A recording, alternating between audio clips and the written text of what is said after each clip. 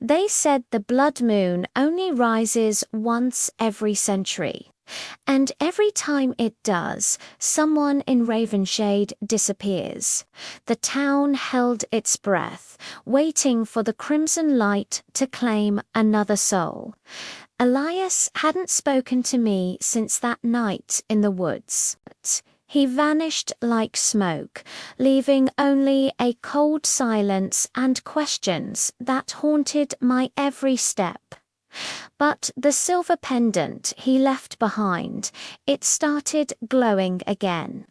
Not with the soft, ethereal light I remembered, but with a deep, pulsing red, like a drop of blood trapped in moonlight.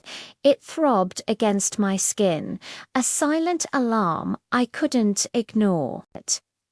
The light flickered across my face, painting me in the same ominous shade as the moon hanging over the old rooftops.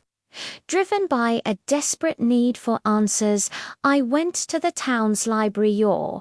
What was left of it, the great fire decades ago, had left it a skeletal ruin, a place of whispers and burnt memories. I pushed open the heavy oak doors, the scent of ash and aging paper filling the air.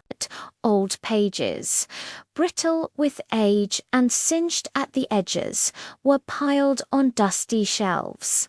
I spent hours sifting through forgotten histories and local folklore, my fingers stained with soot.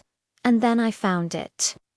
Tucked away in a scorched leather-bound volume was a record of the Corvin bloodline. A family whispered to be cursed, bound to the shadows after making a pact with the night itself. The book spoke of their power, their sorrow, and their eternal hunger. My heart hammered against my ribs as I traced the faded script, searching for Elias's name. But what froze me wasn't finding his name etched into the family tree. It was finding mine, right beneath it Lena Vale, written in the same archaic ink, the same hand. Manabe, recorded 100 years ago. A chill colder than any winter night crept down my spine. The red ink seemed to shimmer under the moonlight, filtering through the broken ceiling, mocking me with its impossible truth. I wasn't just a newcomer to Ravenshade, a stranger drawn to its mysteries. I had been erased from it. My family's memory, my past, my entire existence all wiped clean when the curse had restarted its vicious cycle. Flashes of memory, not my own, burned through my mind, roaring fire. The cold kiss of moonlight on a child's face, a version of myself from another time, another life.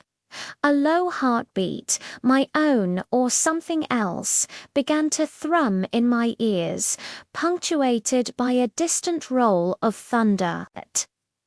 Then a voice cut through the silence. His voice, low and laced with a pain that mirrored my own.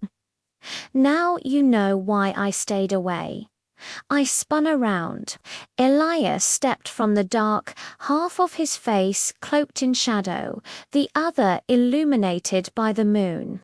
His eyes, once so warm, were now glowing with a soft crimson light. The curse began with us, Lena, he said, his voice a ragged whisper. And it'll end with our blood. I wanted to run. Every instinct screamed at me to flee, to escape the monster standing before me, the one who had shattered my world and my heart. But my feet were rooted to the spot. My heart, traitorous and foolish, wouldn't let me because even as the terrible truth destroyed everything I thought I knew, I still loved him. A single tear escaped and traced a path down my cheek, catching the red moonlight. As if responding to our reunion, the blood moon rose higher in the sky, its glow intensifying, bathing Ravenshade in a spectral, bloody light. The ground beneath my feet began to tremble. Something was waking up.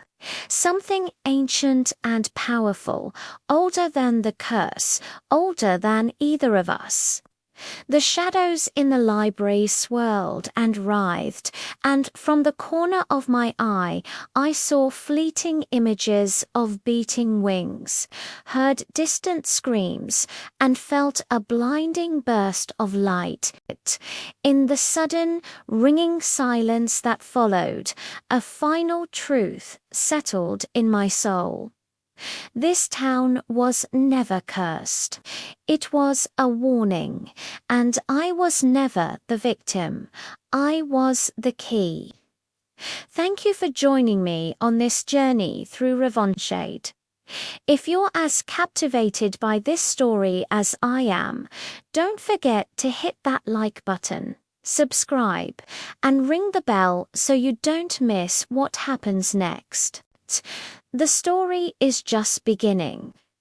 See you in the next episode.